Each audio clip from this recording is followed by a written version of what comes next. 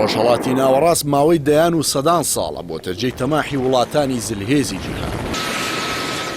لە ئێستاشدا ڕووسیا و چین بە هاوبەشی پلانی درێژخایەنیان هەیە بۆ پێداکوتینی خۆیان لە ناوچەکە و لاوازکردنی ڕۆڵی ڕۆژ ئاوا بەگشتی و بە تایبەت ئەمریکا لە ناوچەکە.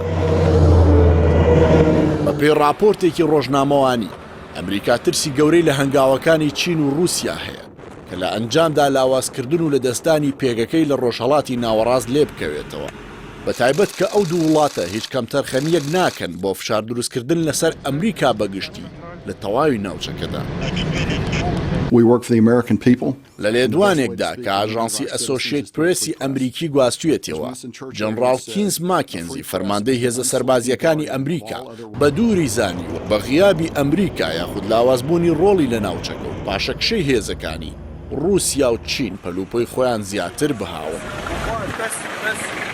ڕۆژنامەی کازی تا ڕۆی ڕووسی سەبارەت بە لێدوانەکە دەڵێت ئەمریکا هێزێکی تەڵەکە بازە، هەرگیز نایەوێت بە شێوەیەکی تەواو ڕۆژهەڵاتی ناوەڕاست چۆڵ بکات. پاشەکشەی هێزەکانیشی بە ناچاریە کە ناتوانێت خۆی لێ دەرباز بکات.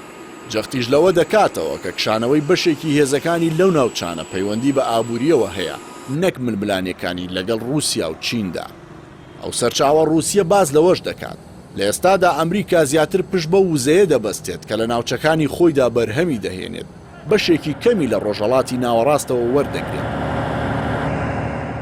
گەڕانەوەی رووسیاش بۆ ڕۆژهەڵاتی ناوەڕاست بە بەراورد لەگەڵ بوونی ئەمریکا لە ناوچەکە زۆر لاوازە.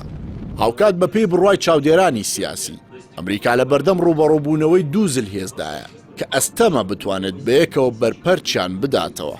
لە کاتێکدا هەردووکیان بوونەتە بربەست لە بەردەم بە گەورەی ئیمانەوەی دەسەڵاتی لە جیهاندا. بەلکێشەکانی رووسیا لە باکووری ڕۆژهەڵاتی ئەوروپا بەرەو پێشچوونی توانە سەربازیەکانی هەروەها ئابووریە بەهێزەکەی چین کە ڕۆژ بە ڕۆژ لە جیهاندا پێی خۆی زیاتر جێگیر دەکات، نزیک دەبێتەوە لە سەپاندنی هەژمونی تەواوەتی خۆی لە ڕۆژهەڵاتی ناوەڕاست. کاریگەری گەورەیان لەسەر لاوازکردنی ڕۆڵی ئەمریکا لە ڕووی ئابووریشەوە داناوە.